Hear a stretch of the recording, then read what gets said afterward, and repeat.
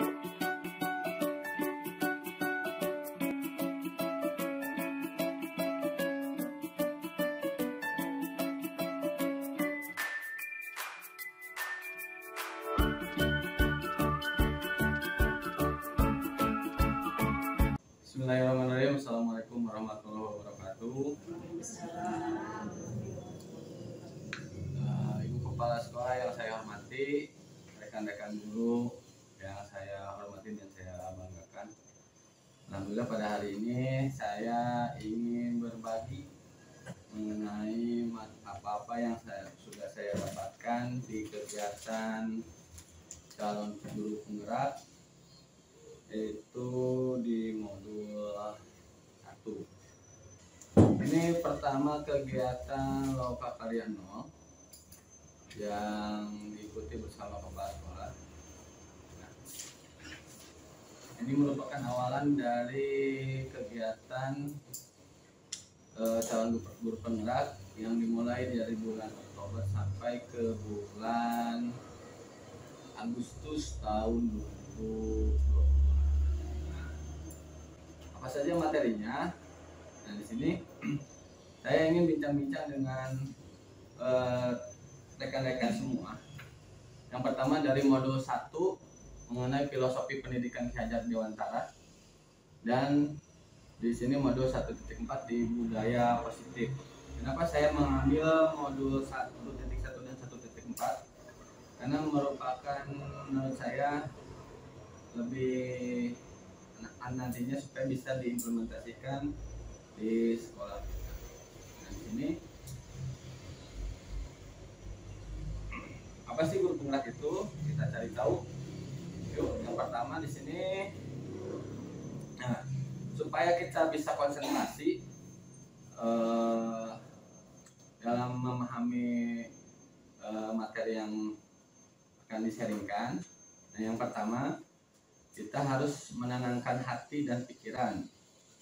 Jadi tutup mata, tenangkan hati dan pikiran, jangan membayangkan apapun itu, jangan berpikir banyak pikiran, ya berdamai sejenak dengan situasi yang ada saat ini, supaya pikiran kita tuh hadir di ruangan ini dan bisa memahami apa yang nanti disampaikan. Dan untuk rekan-rekan yang masih muda, mudah-mudahan bisa tergerak, nantinya bisa daftar dan ikut program guru penggerak ini. Ya, silakan tutup mata dulu sejenak, tutup mata ya, kosongkan pikirannya sampai dihadirkan di ruangan ini. Cukup ya. Nah, di sini dasar-dasar pemikiran Ki Hajar Dewantara. Seperti kita ketahui, Ki Hajar Dewantara itu merupakan tokoh pendidikan nasional yang mendirikan taman siswa. Yang di sini ada 6 pemikirannya. Yang pertama itu menuntun, ya. Yang kedua kodrat anak, yaitu merdeka bermain. 3, berpihak pada anak. Yang keempat, kurang tahu menjadi lebih tahu, kurang bisa menjadi lebih bisa. Artinya di sini menuntun kepada hal-hal yang menuju arah kebaikan, artinya ada perubahan ya. Terus kodrat anak itu merdeka dan bermain. Ya seperti ketahui, meskipun sedang belajar malah bermain, apalagi kalau waktu bermain. Nah, itu dunia anak. Jadi kita bisa menghadirkan pembelajaran atau membuat sebuah skema pembelajaran yang membuat anak senang, seperti bermain tapi belajar dan tidak dikekang. Artinya di sini merdeka bukan berarti bisa seenaknya, tapi ada batasan-batasan tertentu yang harus disepakati. Terus berpihak pada anak, artinya kita membuat pembelajaran jangan seenaknya guru. Jangan mau guru pengennya seperti ini, tapi justru kita itu harus mengikuti kemauan anak atau peserta didik, ya, supaya tadi menghadirkan bisa bermain, bisa merdeka belajar, terus dan semua sesuai dengan kehendak anak bagaimana belajarnya. Apakah belajar secara berkelompok, apakah belajar praktik, atau misalkan menjelajah dunia maya dan sebagainya. Lalu yang kelima itu budi pekerti, artinya dalam konsep pemikiran Ki Hajar Dewantara ini budi pekertilah yang harus diutamakan. Bukan berarti pengetahuan diabaikan, artinya kita harus mendidik dulu budi pekertinya. Jangan sampai peserta didik kita itu tidak mempunyai budi pekerti. Lalu yang keenam itu petani, artinya seperti ini. Guru itu sebagai petani yang menanam tanaman ya, memupuk, terus mulai dari menanam, memupuk, merawat dari hama atau apapun itu. Nah itu prosesnya selalu diperhatikan setiap waktunya. Nah guru juga artinya harus seperti itu. Nah yang tadi yang lewat bukan tabula rasa, artinya kalau konsep tabula rasa itu anak itu seperti kertas putih ya, kertas putih yang nantinya guru yang membentuknya atau orang tua yang membentuknya. Artinya kalau dalam KHD ini bukan. Jadi anak itu sudah mempunyai pengetahuan. Nah, tinggal guru di sini membentuknya, mengelolanya sesuai dengan yang diinginkan. Jadi bukan serta-merta anak itu serba tidak tahu gitu. Bisa saja ada anak yang lebih tahu dibandingkan gurunya. Jadi di sini jangan kamu mah tidak tahu apa-apa, nah jangan berpandangan seperti itu. Jadi harus bisa merubah pemikiran ya. Artinya dalam pemikiran KHD ini bahwa anak itu atau peserta didik sudah mempunyai pengetahuan dan kemampuan untuk mengikuti pembelajaran. Selanjutnya di sini dasar-dasar pendidikan menuntun. Di sini tujuan pendidikan adalah menuntun segala kekuatan kodrat yang ada pada anak-anak agar mereka dapat mencapai keselamatan dan kebahagiaan yang setinggi-tingginya, baik sebagai manusia maupun sebagai anggota masyarakat. Artinya di sini jelas menuntun dari yang kodrat anak itu ya untuk mencapai keselamatan kebahagiaan setinggi-tingginya. Ya, artinya kalau nantinya si peserta didik tidak selamat dan tidak bahagia, berarti kita masih gagal dalam melaksanakan pendidikan sesuai dengan pemikiran Ki Hajar Dewantara. Artinya nantinya supaya anak itu bermanfaat di masyarakat. Jangan sampai setelah pendidikan nggak bisa apa-apa, nggak bisa hidup di masyarakat. Nah di sini dasar pemikiran yang menuntut di sini ada ing ngasusung tolado, ing mandio mangun karso, lalu tuturi handayani. Mungkin rekan-rekan guru di sini sudah pasti tahu ya semboyan dari pendidikan di Ki Hajar Dewantara ini yang tiga ini, mulai dari ing ngasusung tolado, ing mandio mangun karso, dan tuturi handayani. Selamat dan bahagia sebagai manusia dan anggota masyarakat. Nah, fungsi guru di sini sangat melekat. Bagaimana yang paling penting implementasinya, bukan hanya sekedar hafal semboyan ini saja gitu, tapi kita harus bisa mengimplementasikannya bagaimana. Ingat sungtolodo itu bagaimana, Bu? Maksudnya apa? Ayo. Tuturi handayani, Bu, itu apa ingat songtolodo itu apa? Menjadi tauladan. Ya, menjadi teladan. Jadi guru itu harus menjadi teladan terlebih dahulu. Sebelum kita menyuruh kepada peserta didik, kitanya dulu harus menjadi teladan. Karena guru ditiru oleh anak-anak. Jadi harus ini apa? Mulai dari berpakaian, cara berbicara, kesehariannya misalkan buang sampah pada tempatnya atau bagaimana, terus ketika ada di kelas tuh, terus ing madio mangun karso, kalian tahu, membangkitkan semangat dan mendorong, itu adalah seorang guru harus bisa membangkitkan semangat.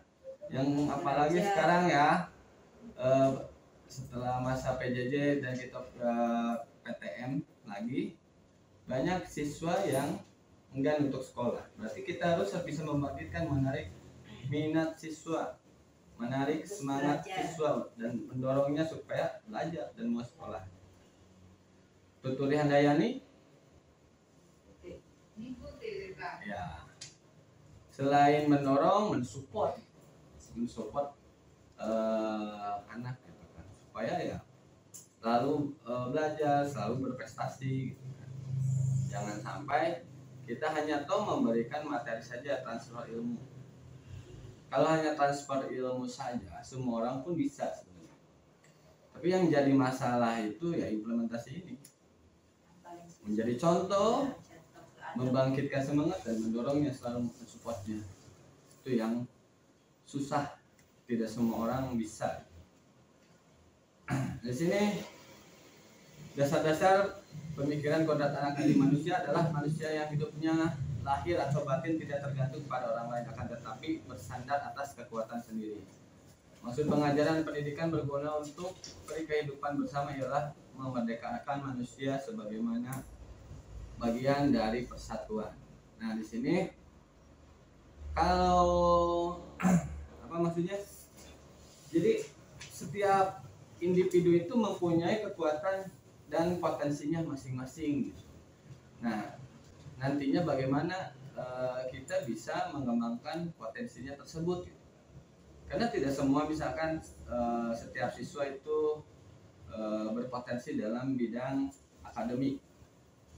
Bisa saja di non akademik. Atau misalkan ada yang tidak bisa membaca tetapi dalam berhitung udah bisa gitu kan. Ada yang seperti itu. Nah, kita itu bagaimana bisa membalanskannya ataupun menggali potensinya supaya peserta didik itu sadar bahwa kemampuan saya itu di sini harus lebih dikembangkan gitu, supaya lebih menonjol. Oke.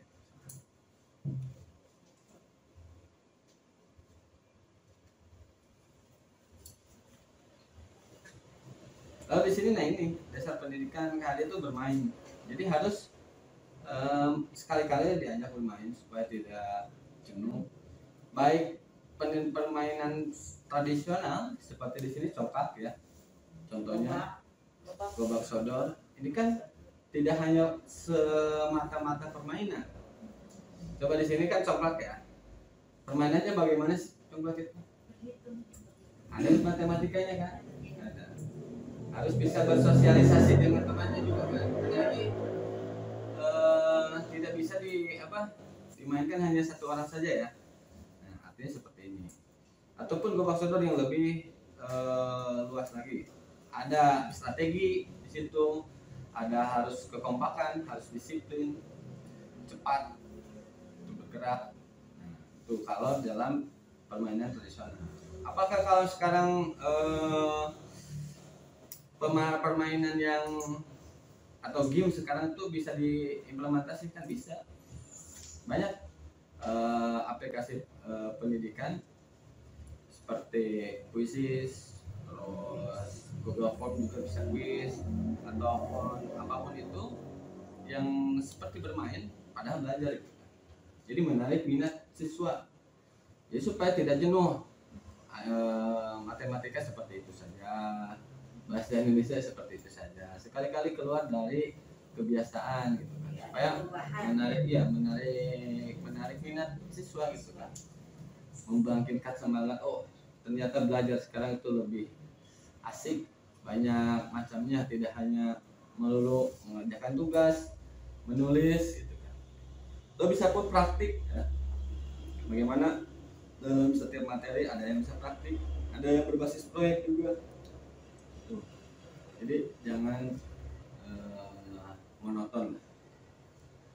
Selanjutnya di sini Ki Hajar Dewantara memandang peserta didik itu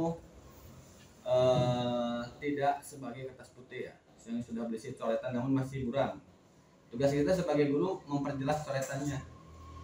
Jadi ada sudah sedikit misalkan kemampuan matematikanya sudah ada, tinggal kita dikuatkan.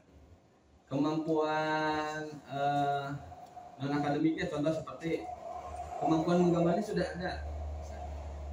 kita tinggal poles lagi supaya lebih kuat lagi. Ataupun misalkan di dalam bidang olahraga, oh anak ini mahir dalam bidang atletik, kita harus latih supaya lebih maksimal lagi agar bisa muncul dan berkembang bakat ataupun potensi yang dimiliki peserta didik itu. Jadi jangan hanya stuck. Anak-anak PAUD ya. Iya. Hampir mirip gitu. Jadi kita itu harus banyak tahu keterampilan. Iya. Lalu di sini berpihak pada anak. Nah, di sini pemikiran tentang berhamba pada anak itu tercetus pada suatu penyesalan yang pernah dirasakan oleh Ki Hajar Dewantara. Di sini ada sebuah cerita ya.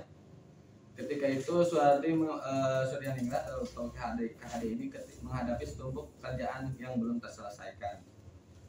Tangis Asti yang merupakan anaknya tiada henti-hentinya dirasakan sebagai suatu hambatan mengganggu tugasnya. Lalu dengan serta-merta diseretnya anaknya itu dikeluar dan tanpa berpikir panjang dibiarkan. Asti kecil menangis di balik kempasan pintu rumah. Salju yang berjatuhan di jendela tiba-tiba menyadarkan kekuatan pikirannya. Dia lari secepatnya lalu dibukakan pintu dan Asti sudah tampak biru menggigil kedinginan. Suwardi menyesal, sangat menyesal sambil memeluk anaknya yang sedang tersengal-sengal berurai air mata dan terucap kasih sepenuh hati atau dalam bahasa Jawanya kowe bakale da mulia ake selawase, artinya selamanya engkau akan aku muliakan. Nah di sini ini kejadiannya bukan di Indonesia tapi di Belanda, karena waktu itu Ki Hajar Dewantara diasingkan ke Belanda sambil beliau waktu kuliah. Nah, kejadian ini yang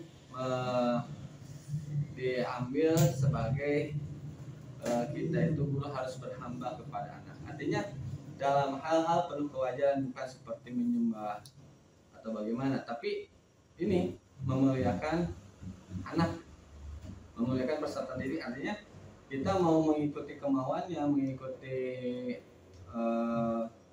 arah pemikirannya, tetapi dalam koridor-koridor tertentu gitu, dalam hal batas-batas kewajaran. Sampai di sini Asti ini karena kekurangan, bukan seperti anak biasanya, jadi dia itu tidak bisa mengurus dirinya sendiri tapi harus dibantu oleh orang lain.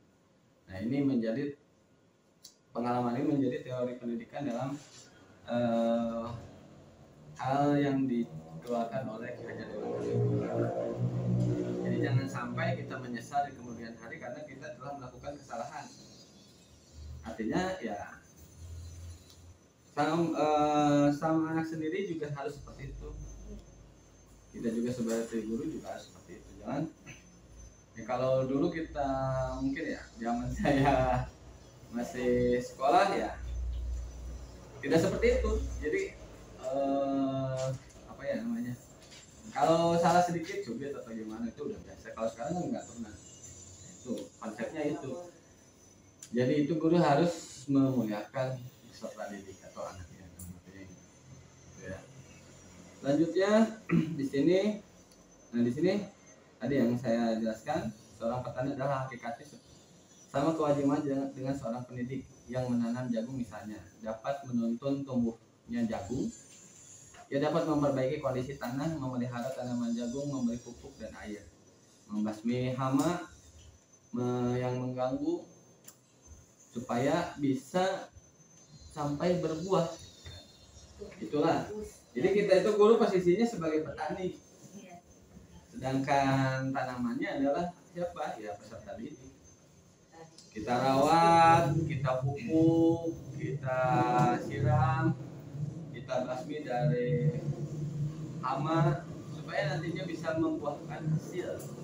Hasilnya kapan ya? Nanti masa depannya. Jadi ya inilah konsep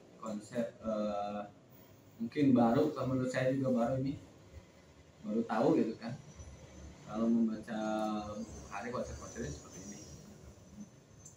Nah di sini dalam konsep KHD ini maka kita akan berhubungan dengan profil pelajar Pancasila. Nah, di sini ada 6. Yang pertama di sini kan beriman bertakwa kepada Tuhan Yang Maha Esa. Untuk mencapai profil pelajar Pancasila yang beriman bertakwa kepada Tuhan Yang Maha Esa dan berakhlak mulia, itu bagaimana? Salah satunya mungkin membiasakan berdoa sebelum dan setelah selesai pembelajaran, ataupun kita berakhlak mulia. Apa contohnya? Berarti kita sebagai guru harus memberikan contoh dulu. Gurunya harus punya akhlak dulu. Kalau akhlak gurunya rusak, ya apalagi peserta didiknya gitu.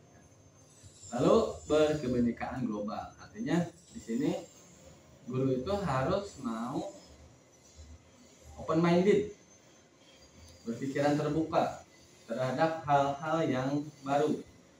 Jangan antipati, jangan alergi terhadap teknologi atau perkembangan zaman, karena setiap harinya, setiap waktunya itu berubah. Ketika dulu saya sekolah sangat jauh sekali ketika saya sekarang mengajar di kelas, jadi nggak bisa sama seperti itu. Terus di sini bergotong royong, artinya gotong royong ya harus menjadi satu kesatuan antara di sini kepala sekolah, guru, dan peserta didik atau siswa, supaya bisa memajukan pendidikan.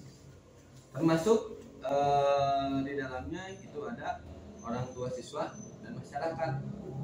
Kalau semua elemen bersatu mungkin enak ya untuk memajukan pendidikan. Tapi ketika ada yang timpang, misalkan di masyarakat tidak mendukung untuk orang tua siswanya ataupun gurunya ataupun bahkan siswanya sendiri, itu sangat susah sekali. Biasakan hal-hal gotong royong dalam sebuah hal, atau misalkan dalam kegiatan sehari-harinya, gotong royong dalam membersihkan sekolah, gotong royong dalam misalkan dalam pembelajaran, contohnya bekerja kelompok, itu kan gotong royong juga. Tapi bukan gotong royong dalam ujian. Tuh, ada hal-hal yang harus dikerjakan secara mandiri dan secara gotong royong gitu aja. Terus di sini kreatif, ya kita dituntut menjadi guru yang kreatif supaya memunculkan peserta didik juga yang kreatif, inovatif. Itu menjadi kata kunci zaman now. Misalkan ada yang guru yang misalkan memanfaatkan media sosial untuk pembelajaran, boleh, nggak ada salahnya. Yang penting sesuai kontennya gitu. Bisa di YouTube, misalkan bisa di TikTok sekarang yang lagi ramai, bisa. Ayo misalkan pakai WhatsApp, bisa. Apapun itu selama tidak bertentangan dengan pendidikan, ya sah-sah saja kalau menurut saya gitu kan. Terus bernalar kritis, artinya di sini harus terbiasa berpikir kritis, berpikir di luar kebiasaannya. Kalau seperti biasa-biasa saja itu sudah nggak aneh lagi lah gitu. Harus bisa memunculkan hal-hal yang baru. Selain kreatif itu harus bernalar kritis. Lalu di sini ada mandiri, artinya ya mau tidak mau kita harus mandiri, bisa melaksanakan sesuatu secara sendiri. Tapi tidak dalam artinya ditularkan kepada siswa juga bisa mandiri. Tapi mandiri ini ada waktunya juga. Kita harus bergotong royong, harus bersosialisasi dengan orang lain, baik di sekolah, di rumah ataupun di masyarakat. Nah, target kita itu di sekolah bisa mengimplementasikan ini dari profil pelajar Pancasila ini dengan 6 indikator ini. Selanjutnya nih, budaya positif. Nah, lawan sastra ngerti mulyo, dengan ilmu kita menunjukkan kemuliaan. Artinya bagi yang tidak punya ilmu bisa saja kemuliaan, bisa saja berperilaku mulia ataupun mempunyai budi pekerti, tapi belum tentu bisa menunjukkan kemuliaan. Nah, di sini ilmunya ilmu apa saja banyak, bukan hanya ilmu pengetahuan saja, mulai teknologi termasuk ilmu agama. Ini yang diutarakan oleh Kaidah Dewan Syara. Nah, apa itu budaya positif ataupun ekosistem positif? Di sini kita ambil contoh Perbandingannya dengan hidup tumbuh-tumbuhan seorang petani dalam hakikatnya sama kewajibannya dengan seorang pendidik. Yang menanam padi misalnya hanya dapat menuntun tumbuhnya padi. Ia dapat memperbaiki kondisi tanah, memelihara tanaman padi, memberi pupuk dan air, membasmi ulat-ulat atau jamur yang mengganggu hidup tanaman padi dan sebagainya. Nah di sini ketika kita menanam padi, apakah yang tumbuh itu hanya padi saja? Enggak kan? Ilalang, rumput, nah itu. Nah, yang diharapkan itu kita dalam pendidikan itu siswa yang bagaimana? Yang memiliki karakter, yang punya ilmu pengetahuan, yang mempunyai budi pekerti. Tapi hal-hal jeleknya bisa tumbuh, bisa. Makanya kita harus selalu membiasakan budaya positif ini supaya menangkal hal-hal yang negatif itu tumbuh. Makanya seperti petani yang sering melihat perkembangan tumbuhnya tanaman yang ditanamnya, ya seperti ini. Bagaimana kalau ada ilalang berarti harus dicabut. Kalau ada hal negatif dari siswa itu harus dibuang, jangan dibiasakan terus menerus itu. Nah, kita mendengar kata disiplin.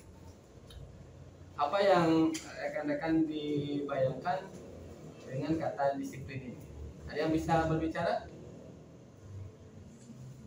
Ayo. Sesuai pada tempatnya. Ada lagi? Sesuai dengan aturan. Apalagi? Selain itu ada sesuai pada tempatnya, sesuai dengan aturan. Ada apa lagi? Ada lagi? Mengikuti peraturan yang ada. Mengikuti peraturan yang ada. Oke. Kita tampung dulu. Nah, apa makna disiplin di sini? Disiplin membuat orang menggali potensinya menuju sebuah tujuan, apa yang dia hargai. Namun, dalam budaya kita, makna kata disiplin telah berubah menjadi sesuatu yang dilakukan seseorang pada orang lain untuk mendapatkan kepatuhan. Kecenderungan umum adalah menghubungkan kata disiplin dengan ketidaknyamanan, bukan dengan apa yang kita hargai atau pencapaian suatu tujuan yang mulia. Kita lebih cenderung dengan kata disiplin itu tadi sesuai dengan aturan, ya, menempatkan sesuatu pada tempatnya, patuh terhadap aturan yang sudah dibuat. Kalau melanggar sedikit, berarti tidak disiplin. Paradigma atau pemikiran kita itu seperti itu, ya. Nah, di sini teori motivasi perilaku manusia. Untuk menghindari ketidaknyamanan atau hukuman, apa yang terjadi apabila saya tidak melakukannya? Itu adalah motivasi pasti dalam diri seseorang itu pasti seperti itu. Bagaimana kita menghindari ketidaknyamanan atau hukuman. Terus untuk mendapatkan imbalan dari orang lain, ya, atau institusi, apa yang akan saya dapatkan apabila saya melakukannya? Itu motivasi dari luar. Nah, di sini ada satu lagi, untuk menghargai diri sendiri menjadi insan sesuai harapan kita. Saya akan menjadi orang yang seperti apabila saya melakukannya. Motivasi internal, tujuan disiplin positif. Nah, kalau yang diharapkan itu nomor 1, 2 atau 3? Yang diharapkan? 3. Ya, yang tertinggi adalah nomor 3. Kalau yang posisi nomor 1 itu bagaimana?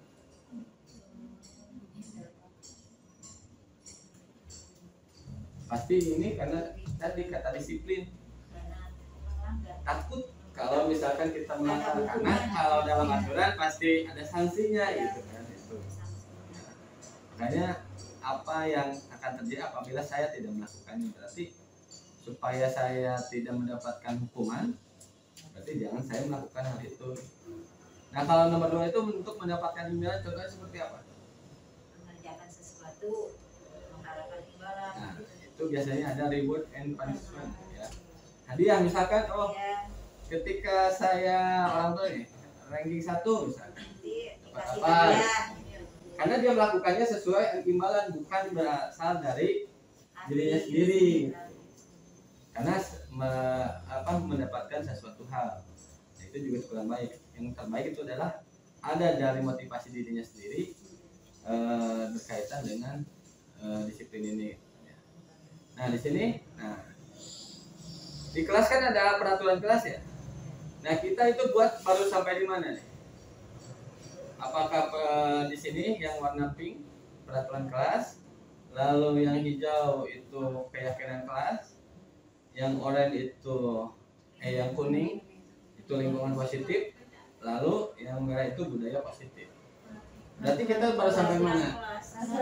Harus sampai ke peraturan kelas, jadi masih jauh. Nah berarti selanjutnya, langkah selanjutnya, karena kita sudah mempunyai peraturan kelas, berarti kita itu harus membuat keyakinan kelas. Artinya kayak kemarin saya sudah membuat keyakinan kelas ataupun kesepakatan yang dibuat antara guru dan siswa. Nah kesepakatan ini berlaku untuk guru dan siswa, bukan hanya untuk siswa saja. Misalkan kalau buang sampah pada tempatnya itu harus berlaku untuk siswa dan guru juga. Datang tepat waktu sama ya, jangan sampai ke siswa nyuruh datang tepat waktu tapi gurunya tidak. Nah itu bisa dibuat di kelas masing-masing. Supaya apa? Supaya dengan keyakinan kelas ini hal-hal itu yang muncul dari siswa, bukan kita yang mengutarakan. Diharapkannya ketika semua kelas sudah mempunyai keyakinan kelas masing-masing, timbullah lingkungan positif. Artinya dia tidak ada lagi yang buang sampah sembarangan, tidak ada lagi yang datang terlambat. Dan kalau sudah dilakukan terus-menerus, itu akan muncul atau menjadi sebuah budaya yang positif. Itu hal-hal yang justru diharapkan muncul dalam suatu ekosistem. Jadi tidak bisa hanya satu kelas saja, tidak bisa hanya satu individu saja, tetapi harus dilakukan bersama-sama supaya tidak ada perbedaan. Oh di kelas ini seperti ini, di kelas itu seperti itu. Nah karena peraturan kelas ini yang dibuat oleh sekolah, sedangkan keyakinan kelas itu yang dibuat oleh kelas masing-masing. Nah di sini contohnya. Nah, yang pertama di sini, langsung baca ya. Contoh misalkan datang tepat waktu. Nah, kalau kita tidak datang tepat waktu bagaimana? Konsekuensinya. Terus kalau misalkan ke siswa itu bagaimana? Jadi ini contoh kalau kemarin tuh siswa disuruh menuliskan hal apa saja yang harus dipenuhi ketika ada di kelas, ketika pembelajaran. Ada yang harus saling menghargai, harus semangat ketika belajar. Nah, mungkin akan berbeda dengan kelas-kelas yang lain. Jadi ini tidak harus sama, tetapi kesepakatan kelas ini harus disepakati oleh semuanya gitu kan. Dan berlaku juga untuk gurunya juga. Jadi sini contoh misalkan budaya harusnya guru itu menyambut kedatangan siswa, datang berarti lebih pagi. Terus ini pembelajaran kerja kelompok. Terus ini siswa sedang melakukan piket, berdoa sebelum dan sesudah belajar. Di sini aktif dalam pembelajaran. Nah ketika hal semua ini dilakukan di setiap kelas, pasti akan menjadi ekosistem yang baik. Kalau hanya beberapa kelas saja itu akan juga timpang gitu. Makanya hal-hal seperti ini harus dilakukan secara bersama-sama dan masif, dan harus disepakati oleh bersama supaya nanti muncullah budaya positif yang ada di lingkungan sekolah kita. Selanjutnya di sini, nah peraturan keyakinan kelas, nilai kebaikan yang dituju. Contohnya di sini, selalu mengembalikan buku pada tempatnya. Di sini merupakan sebuah tanggung jawab. Dilarang mengganggu orang lain. Di sini berarti menghormati orang lain dan diri sendiri. Jadi artinya ketika kita ingin dihargai, dihormati orang lain, jangan mengganggu orang lain gitu. Untuk menghargai orang lain dan diri sendiri. Hadirlah di sekolah 15 menit sebelum pembelajaran dimulai. Menghormati orang lain, komitmen pada tujuan. Tujuan apa? Tujuan kita belajar supaya nyaman, enak, tidak capek, tidak buru-buru gitu kan. Dilarang melakukan kekerasan. Ini memunculkan keselamatan dan menghargai orang lain. Ketika terjadi kekerasan berarti keselamatan kita juga terancam kan, dan tidak menghormati orang lain. Dilarang menggunakan narkoba, jelas ya, tidak boleh di sekolah, bukan mengganggu kesehatan. Bergantian atau menunggu giliran. Nah ini menghormati orang lain dan kesabaran, artinya ketika kita bergantian baris ya, itu melatih kita itu membiasakan siswa untuk menghargai orang lain, melatih kesabaran ya, jangan sampai seenaknya gitu kan. Karena salah satu hal yang sudah turun dari, menurut saya dari di Indonesia itu kesabaran, sudah pada tidak sabar. Misalkan ketika antri sudah nggak ada budaya antri. Saya pernah membaca dalam suatu catatan ya, di Australia kalau tidak salah, di sekolahnya itu di sekelas PAUD, yang pertama diajarkan itu adalah belajar baris, bukan belajar membaca atau berhitung. Karena apa ini? Untuk melatih kesabaran, menghormati orang lain, menghargai orang lain. Kalau misalkan sudah bisa baris, sudah bisa sabar, baru makanya mungkin nanti kita bisa dikembalikan lagi kalau supaya sebelum masuk pembelajaran kita baris dulu. Jadi hal-hal yang zaman dahulu itu tidak semuanya jelek, ada hal-hal positif yang harus selalu dibudayakan, seperti berbaris masuk kelas, itu kan menunggu giliran, menunggu kesabaran, pulangnya juga sama baris lagi sambil mengecek kebersihan misalnya. Karena itu juga untuk kesehatan. Menggunakan masker, kesehatan dan keselamatan dan kesehatan diri sendiri dan orang lain. Jangan berlari di kelas atau di koridor, sama di sini untuk keselamatan diri sendiri dan orang lain, lalu keamanan. Nah, ini misalkan peraturan keyakinan kelas yang dibangunnya seperti ini, artinya gitu. Nah di sini contoh, coba rekan-rekan bisa menjawabnya, memilih hukuman atau konsekuensi ya. Mencatat 100 kali di dalam buku kalimat saya tidak akan terlambat lagi karena alasannya terlambat sekolah. Ini hukuman atau konsekuensi? Konsekuensi atau hukuman? Ayo pilih. Apa? Konsekuensi. Oke, tinggal ditulis saja. Itu nomor 1 ya, konsekuensi. Pilih. Ibu misalkan dibuat itunya dulu. Apanya? Misalnya harus dikasih tahu dari awalnya dulu Pak. Nanti kalau misalnya ada keterlambatan tulis gitu. Jadi pas dia disuruh tidak merasa dihukum, tidak merasa itu hukuman yang berat gitu. Oke, ya itu 1 ya. Kedua, lari mengelilingi lapangan basket 2 kali karena terlambat hadir di sekolah. Itu hukuman. Murid diminta untuk push up 15 kali karena tidak menggunakan masker ke sekolah. Mengganti kertas tugas teman yang telah dicoret-coret. Konsekuensi. Membersihkan tumpahan air di meja tulis karena tersenggol pada saat belajar. Konsekuensi. Ditulis ya, nanti effortnya disamakan, benar nggak itu? Meminta murid tidak mengenakan sepatu seharian di sekolah karena tidak menggunakan sepatu hitam. Ya, ketika siswa tersebut atau anak tersebut tidak menggunakan sepatu hitam, jadi disuruh dicopot sepatunya gitu seharian. Hukuman atau konsekuensi? Hukuman. Lari mengelilingi lapangan basket 2 kali karena terlambat 10 menit untuk pelajaran Eropa. Oke, tadi udah ditulis belum? Belum. Tulis dulu. So, ini supaya benar apa enggak gitu. 1, 2, 3, 4. Ya tulis masing-masing. Tulis 1, apa 2, apa 3, 4, 5, 6, 7, ada 7. Nomor 1 misalkan hukuman atau konsekuensi. Yang kedua hukuman atau konsekuensi. So, ketiga apa, keempat apa, kelima apa, enam apa, tujuh apa.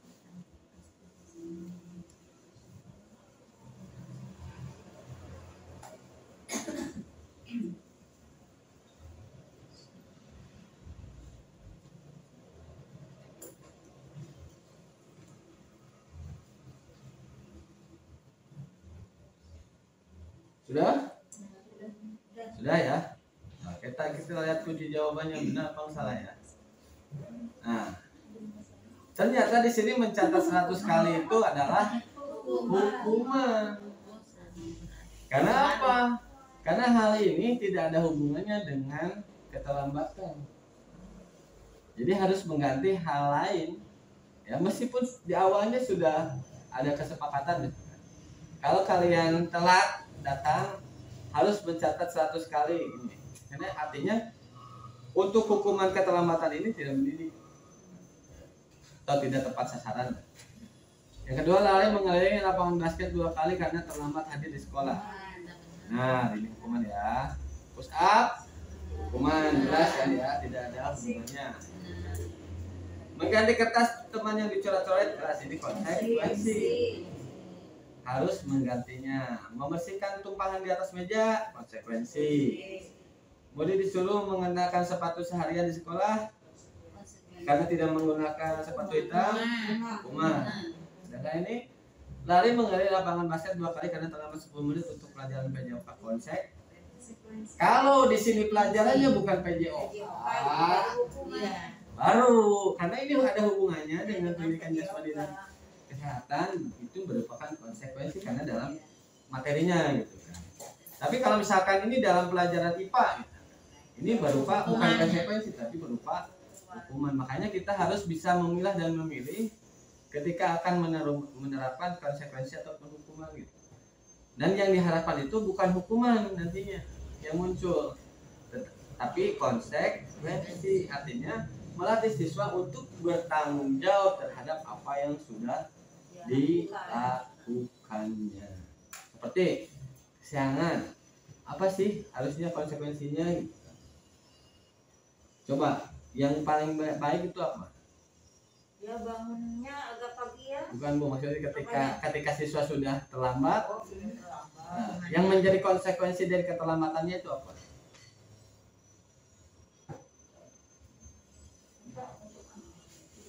Hukumannya gitu. Iya, bukan hukuman. Sebagai nantinya supaya tidak terlambat lagi siswa bagaimana harusnya gitu kan? Jangan masuk kelas mah nanti dia. Kan. Nah, artinya kalau tidak memberikan jangan tidak boleh masuk kelas berarti tidak memberikan kesempatan siswa untuk belajar. Nah, seharusnya menurut saya di sini ketika ada siswa yang terlambat, siswa itu nantinya tidak boleh istirahat, tetapi harus mengganti pembelajaran yang tadi terlambatnya apa. Gitu. Tadi misalkan di kelas berapa ya? Contoh di kelas 5. Dia itu terlambat 30 menit. Nah, tadi dari awal sampai 30 menit itu guru sudah yang 100 apa gitu. Misalkan menyelesaikan soal. Nah, berarti ketika jam istirahat dia harus menyelesaikan soal itu. Karena dia artinya hukuman tadi. Iya, artinya bukan menulis mencatat ini, tetapi mengikuti keterlambatan pembelajaran yang sudah dilakukan teman-temannya supaya adil.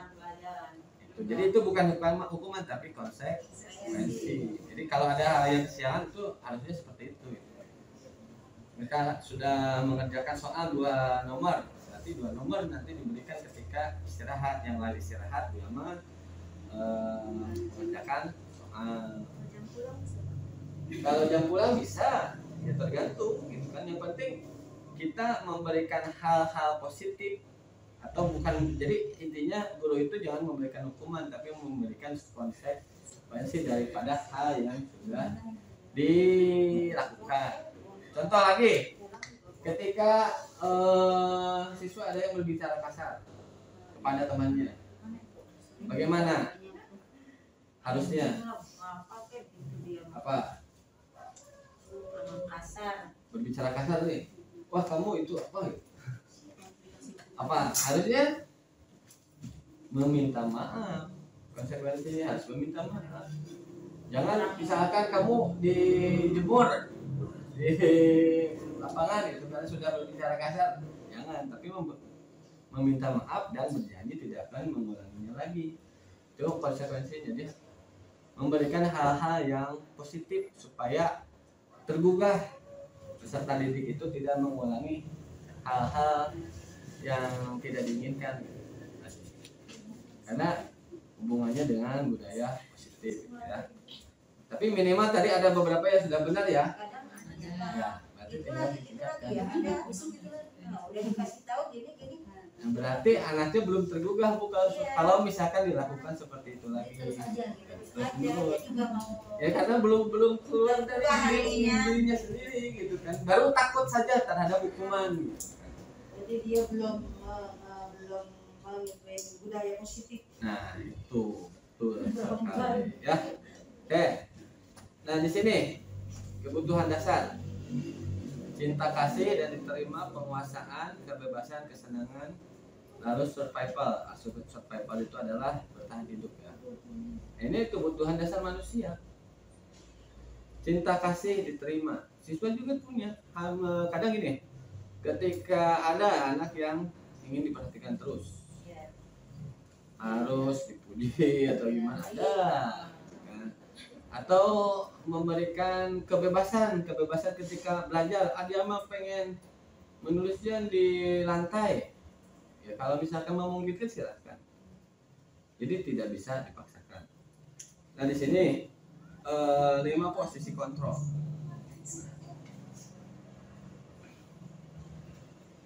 Guru berbuat di sini menghardik, menunjuk-nunjuk, menyakiti, menyindir. Ini sebagai guru penghukum. Kalau kamu tidak melakukannya, awas ya, rasakan. Ada yang sudah seperti itu? Mengancam. Kalau keceplosan. Awas ya kalau kamu kesiangan lagi. Itu kan nggak dibikin Itu. dulu. Nah itu hasilnya nantinya memberontak, menyalahkan orang lain dan berbohong. Dampak negatifnya. Nah mungkin nantinya ada siswa juga yang berpikiran murid meletakkan guru di luar dunia yang berkualitas, artinya biarkan saja nanti juga marah-marah lagi. Itu kadang seperti kayak Pak Ahmad marah-marah lagi, gitu kan. Nah mengulangi, nampaknya nanti akan kesalahannya akan diulangi lagi, gitu kan.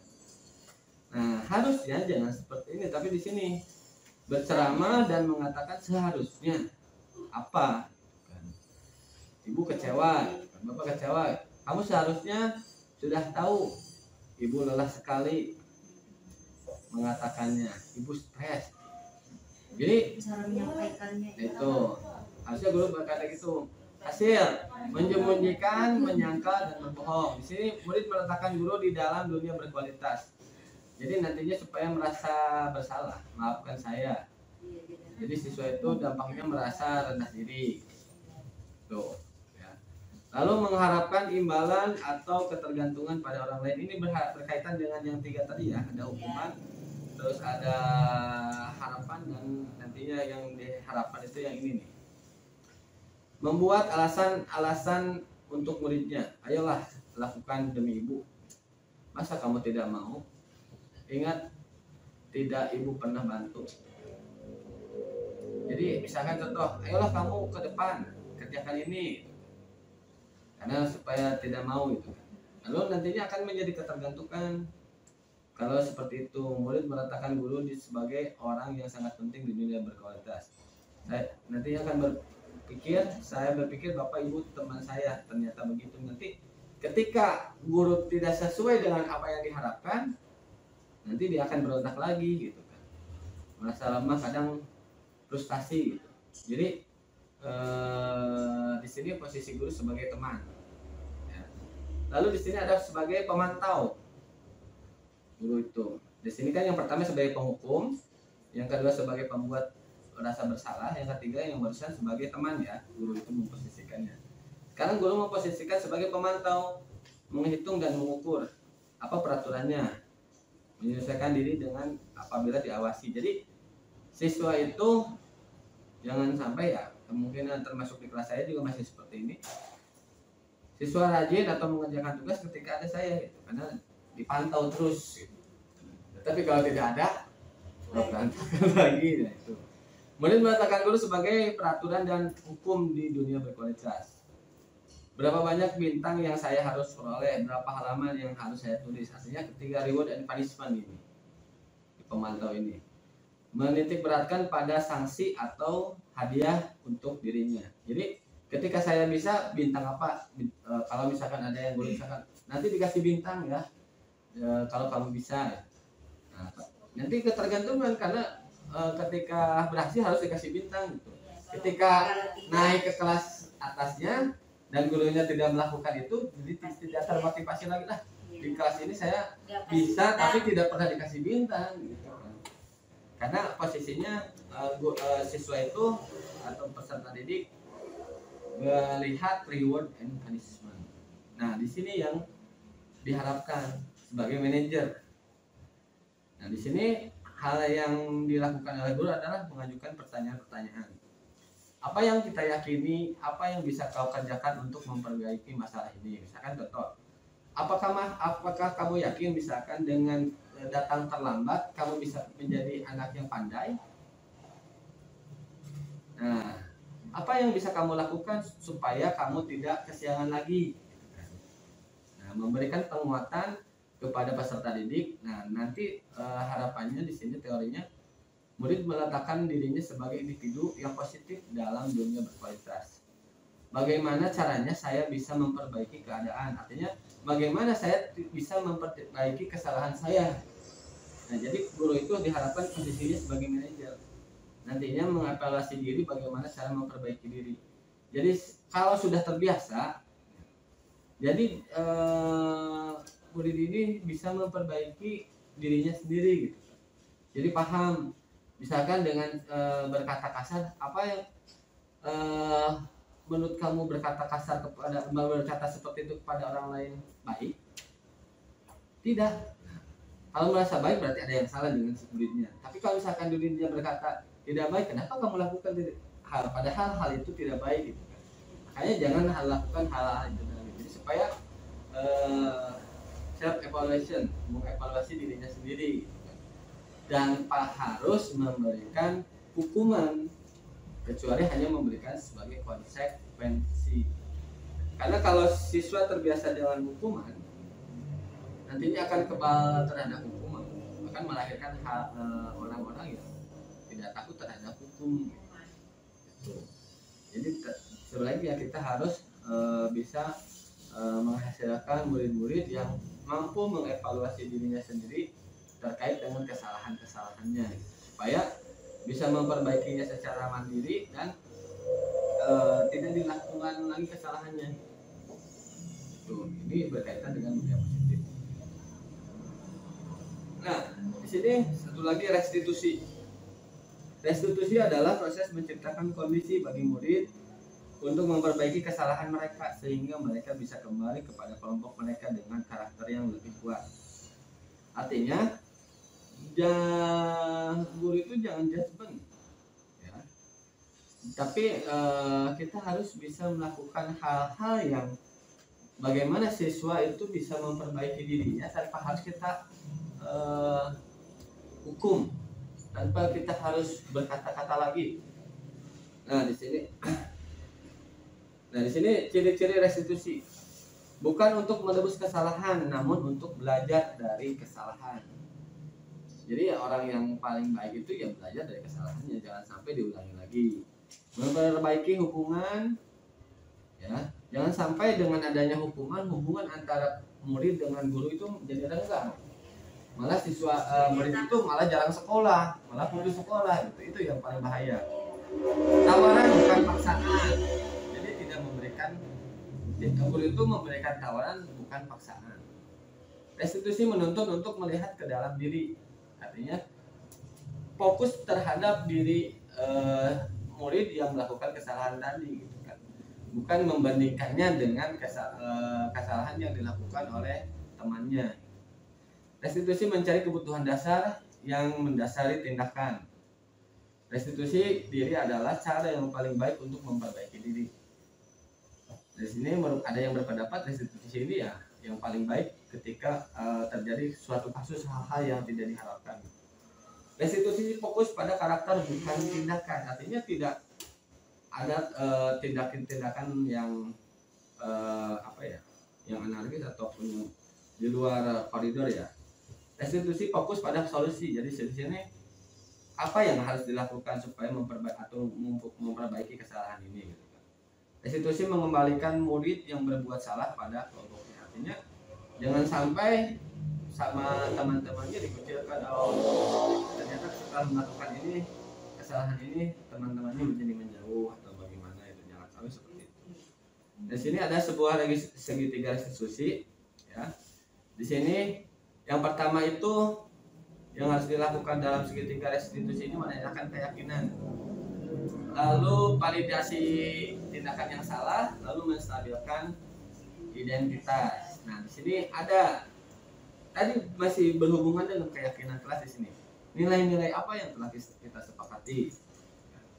Kamu ingin jadi orang seperti apa? Itu untuk pertanyaan-pertanyaan yang menggali sebuah keyakinan. Kamu tentu punya alasan untuk mengapa melakukan ini. Kenapa kamu kesiangan? Kenapa kamu berbicara kasar? Alasannya apa? Adakah cara yang lebih efektif untuk mendapatkan apa yang kamu butuhkan? Daripada berkata kasar, kamu sebaiknya apa gitu kan? Nah, setiap orang pasti melakukan kesalahan. Nah, kamu bukan satu-satunya orang yang melakukan kesalahan. Jadi artinya guru itu harus memahami setiap siswa pun termasuk gurunya pernah melakukan kesalahan. Tapi orang yang baik itu yang belajar dari kesalahan, bukan terus membahas kesalahan itu. Nah, alhamdulillah meskipun kemarin seperti syuting ya, pengalamannya yang kemarin si Fauji ya, saya dalam tugas kemarin saya panggil dan di video juga karena dia itu rambutnya merah. Dan beberapa kali dari awal masuk saya bilang untuk diperbaiki susah. Ternyata saya setelah menerapkan segitiga restitusi ini, meskipun dalam kejadian sambil di video gitu, tapi sekarang alhamdulillah ketika kemarin masih panjang dan saya pun rambut masih panjang belum dipotong ya. Ketika saya nanti besok bapak akan memotong rambut supaya rapi, dan akhirnya sama ketika masuk anak-anak terutama si Pauji ini sudah langsung mengerti tanpa harus disuruh. Alhamdulillah meskipun ya masih berproses lah, karena hal-hal seperti ini bukan hal yang mudah, tidak semudah membalikan telapak tangan, karena budaya-budaya ini harus dilakukan terus menerus. Nggak bisa sekali dua kali diterapkan, nggak bisa hanya satu orang dua orang, tetapi harus bergotong royong. Mulai misalkan dari kelas 1 sampai kelas 6 kita harus kompak misalkan. Ketika mendapatkan sebuah masalah ya lakukan hal seperti ini. Jadi mulai sekarang mudah-mudahan tidak ada lagi keluar hukuman, tetapi harusnya apa? Konsekuensi. Lakukan pendekatan, mencari permasalahannya, mencari alasannya, supaya siswa itu merasa bersalah dan bisa mengevaluasi dirinya sendiri. Nah, mungkin ini yang terakhir mungkin ya, harus tetap semangat meskipun kita masih banyak melakukan kesalahan-kesalahan sebagai pendidik ya. Anggaplah semua muridmu adalah anakmu sendiri dan semua anakmu adalah muridmu, karena mereka adalah segalanya bagi kita dan kita adalah segalanya bagi mereka. Dan termasuk anak saya sendiri sih ya, memang banyak yang bilang murid itu, anak itu lebih patuh kepada gurunya dibanding kepada orang tuanya. Saya juga mengalami sendiri gitu kan. Orang ibu gurunya di sekolah seperti harusnya seperti ini. Nah, ketika kita melakukan kesalahan, akhirnya menjadi lebih bahaya lagi. Nah, mungkin seperti ini. Sekian yang bisa saya sampaikan terkait dengan pemikiran Ki Hajar Dewantara dan budaya positif. Mudah-mudahan nantinya bisa diimplementasikan di kelas kita masing-masing. Dan supaya muncul budaya positif di sekolah kita. Nah, mungkin ada dari rekan-rekan yang mau bertanya. Saya Pak. Bu. Kenapa Bu? Assalamualaikum warahmatullahi wabarakatuh. Salam. Sebelumnya terima kasih sama Muhammad ya yang sudah sedikit memberikan ilmunya tentang apa kegiatan dari Gunung Penggerak. Yang saya simpulkan di sini ya, karena penjelasannya sudah sudah sedikitnya jelas lah. Tapi yang saya coba ingin terapkan bagaimana, pertanyaannya bagaimana atau strategi apa saja yang kita lakukan untuk menerapkan budaya positif di sekolah kita sendiri gitu. Sedangkan kita kalau untuk lingkungan sekolah kan terdiri dari beberapa guru ya Pak ya. Yeah. Penerapannya tentunya kan berbeda-beda.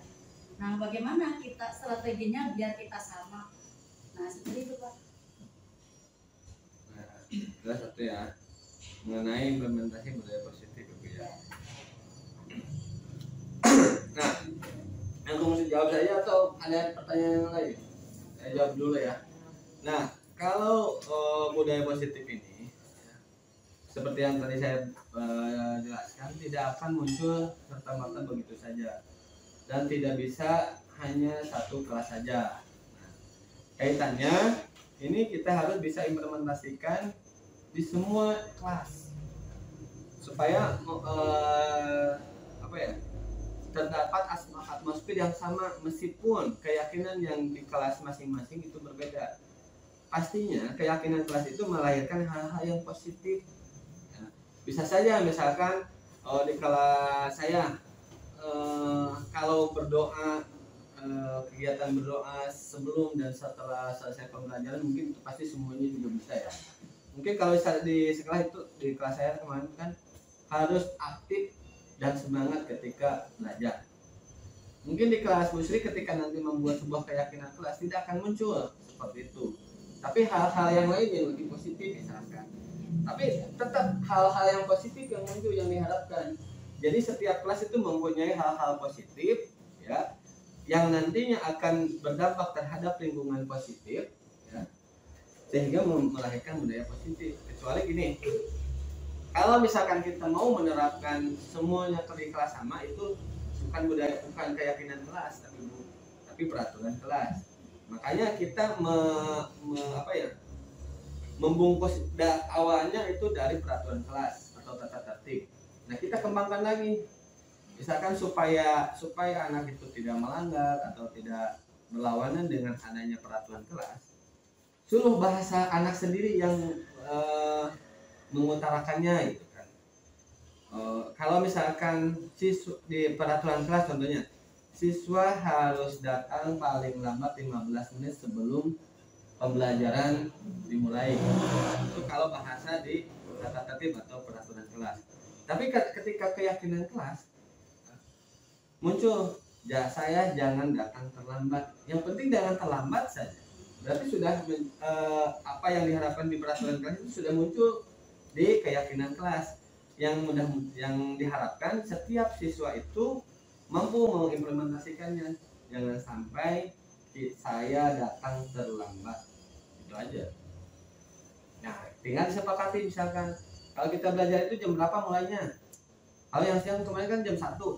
Berarti kalau supaya saya tidak kesiangan masuk kelas, sedangkan pembelajaran itu dimulai jam 1, saya harus datang jam berapa? Silahkan itu siswa yang mengevaluasi dirinya masing-masing gitu. Jadi si aturan ini seperti tidak dipaksakan Bu gitu. Jadi lebih enak kalau siswa yang yang mengutarakannya supaya bisa disepakati oleh bersama. Makanya dengan supaya melahirkan budaya positif ini, saya harapkan ya selain saya di sini ingin memberikan pengimbasan dalam tugas CGP, ya mudah-mudahan teman-teman rekan-rekan yang lain bisa membuat sebuah keyakinan kelas ya supaya diimplementasikan oleh murid-muridnya, lalu nanti akan timbul lingkungan positif di sekolah kita. Jadi gitu Bu, nanti bertahap saja, mungkin nanti Ibu sebagai manajer di sini bisa apa atau memberikan gambaran bagaimana setiap kelas atau harus membuat hal seperti ini atau bagaimana gitu. Karena menurut saya hal ini ya sangat positif lah untuk adanya di ekosistem sekolah. Ini seperti itu Bu. Ya, makasih Ya. Pak. Mudah-mudahan tidak paham supaya Ibu nanti mencari tahu lebih banyak lagi dibanding saya gitu ya. Ada lagi mungkin? Atau sudah cukup? Cukup Bu? Ya, cukup, cukup. Sudah cukup? Jelas? Mau bertanya? Ya. Sudah. Nah, berarti kalau sudah, nah, terima kasih pada Ibu Kepala Sekolah yang telah memberikan waktu kesempatan saya memberikan pengimasan ini, dan kepada teman-teman yang mau memperhatikan dan mendengarkan pengalaman saya ini. Dan saya berharap sebenarnya ketika setelah ini nanti harapannya di angkatan 7 di sekolah kita juga nanti ada yang daftar gitu. Jadi jangan putus asa, saya masih non PNS atau bagaimana, karena untuk CGP ini tidak dibatasi oleh status seperti PPG ya. Jadi silakan kalau yang bukan kalau yang ya harus yang bertatang-tang gitu, mau tantangan ya silakan ikut. Kan menurut saya setelah memang awalnya masih setengah-setengah saya juga, tapi setelah saya mengikuti beberapa kali kegiatan ya, banyak hal-hal yang positif yang mengubah pola berpikir tentunya ya. Kalau pengetahuan jelas banyak, terutama pola berpikir bagaimana saya berposisi sebagai manajer di kelas ya, supaya memahami siswa gitu. Jangan seenaknya. Mungkin kalau sekarang tuh kan bahwa ada permennya bahwa CGP nantinya sudah lulus menjadi guru penggerak, bonusnya itu menjadi kepala sekolah. Harapannya mungkin yaitu mengembangkan banyak manajer-manajer yang lebih tahu, mengetahui keinginan peserta didik atau rekan gurunya supaya untuk mengembangkan sekolahnya bersama-sama. Salah satunya yaitu dengan budaya positif gitu. Ya, terima kasih sekali lagi yang sebesar-besarnya saya sampaikan. Tapi yang terakhir di sini supaya kita mencoba hal-hal yang baru lagi ya. Buka silahkan klik di handphonenya boleh ya, bit.ly/3j i kecil, j nya kapital ya, k kecil fls. Itu akan muncul Padlet seperti ini. Silahkan atau saya gini aja, copy di grup ya, tinggal supaya ingat diklik aja, klik muncul Padlet, lalu isi. Ini untuk testimoni kegiatan kita hari ini. Misalkan perasaan teman-teman